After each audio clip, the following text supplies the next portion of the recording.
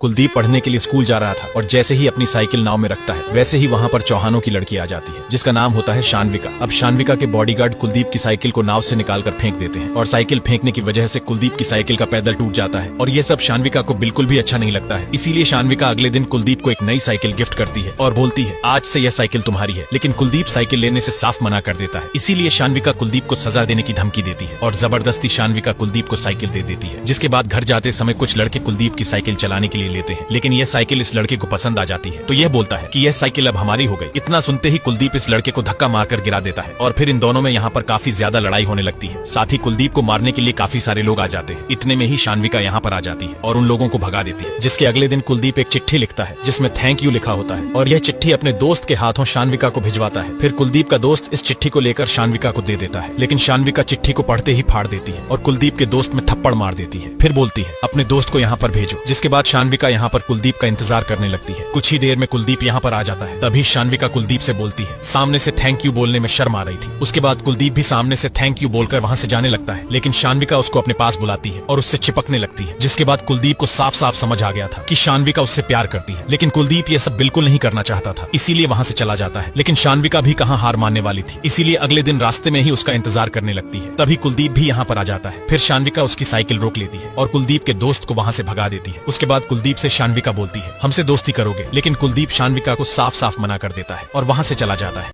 अब कुलदीप के बारे में सोच सोच कर शानविका को नींद भी नहीं आती है। यहाँ कुलदीप की भी नींद भाग चुकी थी, इसलिए अपने दोस्त के साथ आकर खेलने लगता है। जिसके अगले दिन क्लास में गुरुजी सभी बच्चों को पढ़ा रहे थे, लेकिन शानविका पढ़ने की वजह कुलदीप को ही देखे जा रही थी। इतने में गुरुजी शानविका से पूछते हैं शानविका तुम कुछ सोच रही हो? तो शानविका डायरेक्ट बोलती है हाँ गुरुजी, हम कुलदीप कुमार के बारे में सोच रहे हैं। सभी क्लास वालों के सामने यह सुनकर कुलदीप को बहुत बुरा फील होता है। इसीलिए कुलदीप शानविका को बुलाकर बोलता है प्लीज आप ऐसा मत करिए। तो शानविका बोलती है तुमने हमारी दोस्ती ठुकराई थी और अब तुमसे दोस्ती करनी भी नहीं है। हम तुमको लाइक करते हैं और अगले 1 घंटे में लाइब्रेरी में आकर इसका हमें जवाब दो। उसके बाद शानविका लाइब्रेरी में आकर कुलदीप का इंतजार करने लगती है। ऐसे ही 2 घंटे इंतजार करती है, लेकिन कुलदीप लाइब्रेरी नहीं आता है। इसीलिए घर जाते समय शानविका कुलदीप का रास्ते में ही इंतजार करने लगती है। जैसे ही कुलदीप आता है और शानविका को देखता है तो वह साइकिल लेकर भाग जाता है। अब शानविका को बहुत ज्यादा गुस्सा आने लगता है। अब शानविका को कुलदीप पर इतना गुस्सा आता है कि डायरेक्ट वह कुलदीप के घर पर आ जाती है। कुलदीप शानविका को अपने घर पर देखकर पूरी तरह चौंक जाता है, लेकिन शानविका बोलती है कि आज रात 12 बजे मंदिर के पीछे हमसे आकर मिलो। अगर ऐसा नहीं हुआ तो कल फिर हम तुम्हारे घर पर आ जाएंगे। इतना सुनते ही संदीप मान जाता है, तो शानविका भी संदीप के घर से चली जाती है। कुछ ही देर में रात भी हो जाती है, तो शानविका अपने घर से चुपके निकल जाती है और यहाँ पर संदीप भी चुपके अपने घर से निकल आता है। संदीप शानविका से मिलते ही बोलता है कि हम आपसे प्यार नहीं करते, हमारा पीछा छोड़ दो। तभी शानविका बोलती है तुम शानविका चौहान को मना कर रहे हो, तुम्हें पता है ना हम कौन है? इतनी बात सुनकर संदीप बोलता है तुम कोई नहीं हो। अगर तुम्हारे नाम से सरनेम हटा दिया जाए तो तुम्हारी खुद की कोई पहचान नहीं है। तभी शानविका बोलती है बहुत घमंड है ना तुम्हें अपने ऊपर टॉपर होने का। तो सुनो कुलदीप कुमार, इस बार पूरे कॉलेज में हम टॉप करेंगे और अगर हमने इस बार टॉप कर लिया तो समझ लो हम जैसा कहेंगे तुम्हें वैसा करना पड़ेगा। कुलदीप को पता था ये कभी टॉप नहीं कर पाएगी, इसीलिए उसने बोल दिया अगर तुम टॉप नहीं कर पाई तो हमारा पीछा हमेशा के लिए छोड़ना पड़ेगा। फिर शानविका भी इस शर्त को मान लेती है।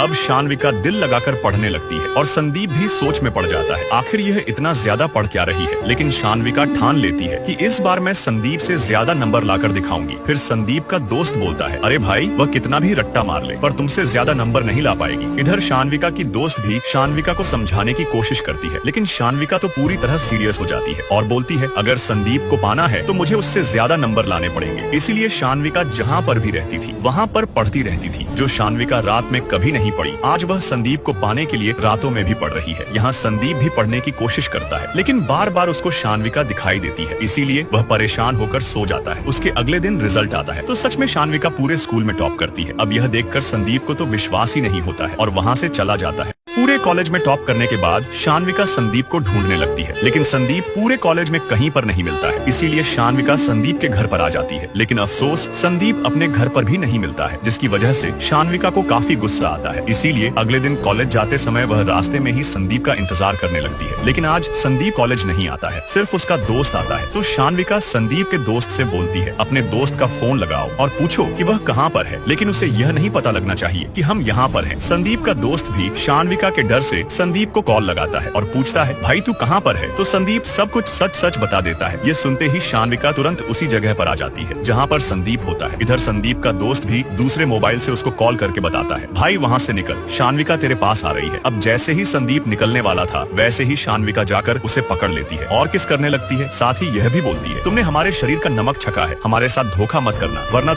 अब कुलदीप भी शानविका से बहुत प्यार करने लगा था, लेकिन एक दिन जब कुलदीप क्लास में पढ़ रहा था तभी शानविका आ जाती है और क्लास में ही अजीब हरकतें करने लगती है। लेकिन क्लासरूम में यह सब करना कुलदीप को बिल्कुल अच्छा नहीं लग रहा था, इसीलिए शानविका कुलदीप को अपनी बाइक पर बैठाकर स्कूल से काफी दूर खेतों में ले आती है, जिसके बाद यह दोनों यहीं पर काफी देर तक टाइम बिताते हैं। लेकिन कुलदीप को कहीं ना कहीं डर लग रहा था, अगर चौहानों को इस बारे में पता लग गया तो पता नहीं वह क्या करेंगे। लेकिन शानविका कुलदीप को बोल देती है, हम है ना, तुम्हें कुछ नहीं होने देंगे। उसके बाद यह दोनों बाइक पर बैठकर किसी और जगह घूमने जाने लगते हैं। लेकिन इस बार इन दोनों को क्लास के 3 लड़के देख लेते हैं। अब दूसरी जगह आने के बाद शानविका और कुलदीप भी फुल मूड में आ जाते हैं और रोमांस करने की सोचते हैं। लेकिन इतने में ही शानविका के घर से उसका भाई काफी सारे गुंडे लेकर आ जाता है। कुलदीप को जिस बात का डर था आखिर वही हुआ। अब शानविका जैसे ही अपने भाई को यहाँ पर देखती है तो कुलदीप से बोलती है कि तुम ऊपर जाओ, इनको हम देखते हैं। लेकिन जैसे ही कुलदीप ऊपर आता है वैसे ही शानविका का भाई आकर कुलदीप के सर पर पत्थर मार देता है। उसके बाद चौहान कुलदीप को पकड़कर अपने घर पर ले आते हैं और मारने लगते हैं। यहाँ कुलदीप की माँ भी काफी ज्यादा रो रही थी, लेकिन इन लोगों को कुछ फर्क नहीं पड़ता है। इधर कुलदीप के पिताजी काम कर रहे थे, लेकिन चौहान आकर इनको भी मारने लगते हैं और पकड़कर उन्हीं चौहानों के घर पर ले आते हैं जहाँ पर कुलदीप को यह लोग मार रहे थे। कुछ ही देर में घर से निकलकर शानविका के पिताजी और उसका भाई आता है। तभी कुलदीप के पिताजी रोते रोते शानविका के पिताजी के पैरों में गिर जाते हैं और बोलते हैं, एक बार अपनी बेटी को बुला लो। उसके बाद शानविका का भाई कुलदीप के पिताजी को बहुत मारता है और बोलता है, तूने हमारी बहन का नाम कैसे लिया? लेकिन शानविका के पिताजी शानविका को तुरंत बुला लेते हैं। इधर कुलदीप भी शानविका के जवाब का इंतजार कर रहा था, लेकिन शानविका आते ही बोलती है, गलती हमारी नहीं थी, यही हमारे पीछे पड़ा था।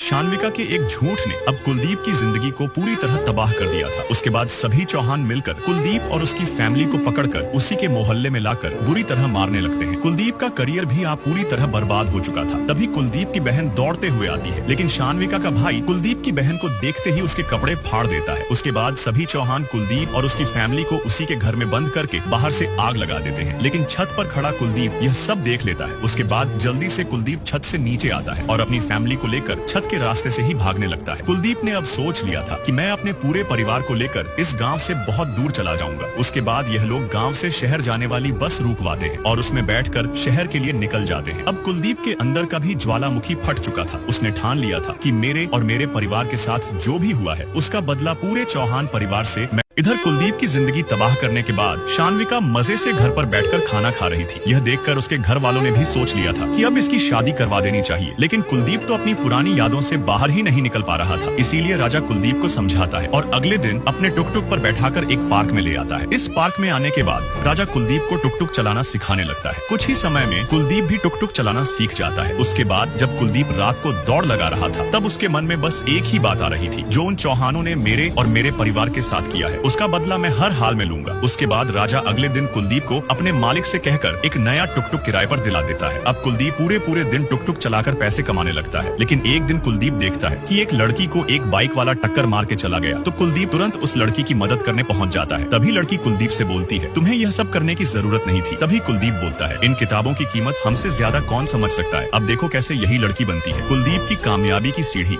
कुलदीप ने जिस लड़की की मदद की थी उसका नाम प्रेरणा होता है। कुलदीप ने यह भी देख लिया था कि प्रेरणा इस जगह पर पढ़ाई करती है। उसके बाद कुलदीप अपने घर जा रहा था, लेकिन रास्ते में उसको बहुत सारी पुलिस की गाड़ियों की सिक्योरिटी दिखाई देती है। साथ ही उसको एक बहुत बड़ा बंगला दिखाई देता है, जो कि एक आईएएस का बंगला होता है। फिर रात को कुलदीप इस आईएएस के बारे में राजा को बताता है, तो राजा बोलता है, आईएएस बहुत बड़ी हस्ती होती है, एक बार बन जाते हैं तो पूरी जिंदगी राज करते हैं। उसके बाद कुलदीप ने अपने मन में सोच लिया था कि मैं आईएएस जरूर बनूंगा। फिर अगले दिन कुलदीप प्रेरणा का उसी जगह पर इंतजार करने लगता है। कुछ ही देर में प्रेरणा दौड़ती हुई आती है और कुलदीप के टुक टुक में बैठ जाती है। तभी कुलदीप बोलता है, प्रेरणा जी मैं आपका इंतजार कर रहा था। फिर प्रेरणा बोलती है, क्यों? उसके बाद कुलदीप बोलता है, आईएएस करने के लिए कौन सी पढ़ाई करनी पड़ती है, हमने तो बस ग्रेजुएशन ही किया है। तभी प्रेरणा बोलती है, अरे आईएएस करने के लिए ग्रेजुएशन ही तो करनी पड़ती है और बाकी पढ़ाई अलग से करनी पड़ती है। अब कुलदीप की किस्मत भी उसका साथ देने लगी थी, लेकिन इस रास्ते पर कुलदीप को किन किन चुनौतियों का सामना करना पड़ेगा। अब प्रेरणा को भी एहसास हो चुका था कि कुलदीप यूपीएससी में टॉप करना चाहता है। इसीलिए प्रेरणा कुलदीप को बोलती है, कल मैं तुम्हें अपने पापा से मिलवाऊंगी। फिर कुलदीप भी खुशी खुशी अपने घर के लिए चला जाता है। घर जाने के बाद रात को कुलदीप प्रेरणा को कॉल करके थैंक यू बोलता है। उसके अगले दिन कुलदीप उसी जगह पर अपनी मार्कशीट लेकर आ जाता है। फिर प्रेरणा कुलदीप को अपने पापा के ऑफिस में ले आती है। यहाँ आने के बाद प्रेरणा कुलदीप को अपने पापा से मिलवाती है, लेकिन कुलदीप के बारे में प्रेरणा अपने पापा को पहले ही बता चुकी थी। इसीलिए सबसे पहले प्रेरणा के पापा कुलदीप की मार्कशीट देखते हैं और बोलते हैं, अरे यार, तुमने तो बचपन से लेकर अभी तक टॉप ही किया है। तुम्हारी मार्कशीट तो बहुत अच्छी है, लेकिन तुम्हें यूपीएससी की तैयारी करने के लिए एक टेस्ट देना होगा। अगर तुम उसमें क्वालिफाई हो गए तो तुम्हारी यूपीएससी की तैयारी मैं कराऊंगा। इतना सुनकर कुलदीप बहुत ज्यादा खुश होता है और टेस्ट देने के लिए तैयार हो जाता है। फिर उसके अगले दिन कुलदीप अपनी पूरी मेहनत और दिल लगाकर टेस्ट देने लगता है। अब कुलदीप ने इस टेस्ट को करने में पूरी जी जान लगा दी थी और अंत में कुलदीप बहुत ही अच्छे नंबर से इस टेस्ट को पास कर लेता है। और अब बारी थी कुलदीप को मेंस क्लियर करने की। इसीलिए कुलदीप ने अपनी पढ़ाई दुगनी कर दी। यहाँ तक कि कुलदीप ने प्रेरणा के साथ अपनी क्लास भी ज्वाइन कर ली थी। और सच्ची में कुलदीप के इस रास्ते पर प्रेरणा ने बहुत मदद की। उसके बाद कुलदीप ने अपनी पूरी मेहनत के साथ मेंस क्लियर करने का एग्जाम दिया। लेकिन अगले दिन प्रेरणा और कुलदीप जब रिजल्ट चेक करने गए तो कुलदीप ने टॉप रैंक से मेंस क्लियर कर लिया था। बट अफसोस, प्रेरणा फेल हो चुकी थी। लेकिन फिर भी प्रेरणा काफी खुश थी। इधर कुलदीप की मम्मी को पता चलता है कि कुलदीप पास हो गया तो वह भी बहुत ज्यादा खुश होती है। साथ ही राजा भी कुलदीप को बधाई देता है। लेकिन कुलदीप के पिताजी की अभी तक मानसिक स्थिति ठीक नहीं हुई थी। उसके बाद कुलदीप वॉशरूम में आकर मुंह धोने लगता है। लेकिन तभी उसके कॉलेज वाले दोस्त का फोन आता है और बोलता है, अरे भाई, शानविका की शादी हो रही है। यह बात सुनकर कुलदीप की खुशी एकदम दुख में बदल जाती है। कुलदीप शानविका की शादी की बात सुनकर अपनी मम्मी से बोलता है, एक बार मैं उस बेवफा से मिलना चाहता हूँ। इतना कहकर कुलदीप तुरंत बस में बैठकर अपने गांव के लिए निकल गया। जब कुलदीप बस में बैठा था तब उसको बस शानविका ही शानविका दिखाई दे रही थी और कुलदीप सोचता है, यार, कोई इतना मतलबी कैसे हो सकता है। और जब कुलदीप गाँव आकर देखता है तो शानविका सचमुच शादी कर रही थी। यह देखकर कुलदीप शानविका को तुरंत पकड़ लेता है और बोलता है, आखिर तूने भी मुझे धोखा दिया। अब तू खुद अपने पूरे चौहान परिवार की बर्बादी अपनी आंखों से देखेगी। इतना कहकर कुलदीप वापस अपने घर आ जाता है और रोने लगता है। फिर अगले दिन कुलदीप का उदास चेहरा देखकर प्रेरणा समझ जाती है और बोलती है, मुझे पता है तुम उसे भूल नहीं पा रहे हो, लेकिन यही समय है। तुम उसकी नफरत को अपनी ताकत बनाओ और इतना पढ़ाई करो कि आईएएस क्रैक कर लो। प्रेरणा की इन बातों से कुलदीप के दिमाग पर बहुत असर पड़ा और शानविका को भूलकर पूरी रात पढ़ने लगा। यहाँ तक कि लाइट जाने के बाद भी कुलदीप पढ़ता रहा। तो क्या कुलदीप आईएएस क्रैक करके शानविका और उसके परिवार से अपना और अपने परिवार का बदला ले पाए? अब कुलदीप प्रेरणा से मिलने आता है तो प्रेरणा बहुत खुश होती है क्योंकि उसने अपना पीसीएस का एग्जाम क्वालिफाई कर लिया था। लेकिन अब प्रेरणा को दूसरे शहर में जाकर पढ़ाई करनी थी। इसीलिए कुलदीप और प्रेरणा इस मोमेंट को बहुत ही खुशी के साथ सेलिब्रेट करते हैं। फिर प्रेरणा अपने पापा से मिलकर इस शहर से बहुत दूर चली जाती है। फिर उसके अगले दिन कुलदीप अपने कमरे से बाहर आता है तो कुलदीप की मम्मी कुलदीप को कुछ मीठा खिलाती है। फिर कुलदीप अपनी मम्मी के पैर छूता है, साथ ही अपने पापा का भी आशीर्वाद लेता है क्योंकि आज कुलदीप का इंटरव्यू है। आज का दिन ही डिसाइड करेगा कि कुलदीप आईएएस बनेगा या नहीं। लेकिन जैसे ही कुलदीप और राजा अपने घर से बाहर आते हैं तो कुलदीप की मम्मी भी उनके पीछे आती है और तभी कुलदीप की मम्मी का बहुत ही तगड़ा एक्सीडेंट हो जाता है। उसके बाद कुलदीप तुरंत अपनी मम्मी को हॉस्पिटल लेकर आ जाता है क्योंकि कुलदीप की मम्मी की हालत बहुत नाजुक थी। तभी राजा कुलदीप को बोलता है, कुलदीप, आज तुम्हारा इंटरव्यू है, तुम वहाँ पर जाओ, मम्मी का ख्याल मैं रख लूंगा क्योंकि ऐसे मौके बार बार नहीं आते हैं। तुम अपना इंटरव्यू देने जाओ। कुलदीप का मन जाने का तो नहीं था, लेकिन कुलदीप को चौहानों से बदला लेना था। इसीलिए कुलदीप जल्दी से दौड़कर इंटरव्यू देने आ गया और जो इंटरव्यू में सवाल पूछे गए कुलदीप ने सभी जवाब दे दिए। जवाब देने के बाद कुलदीप तुरंत उसी हॉस्पिटल में आया जिस हॉस्पिटल में उसकी मम्मी एडमिट थी।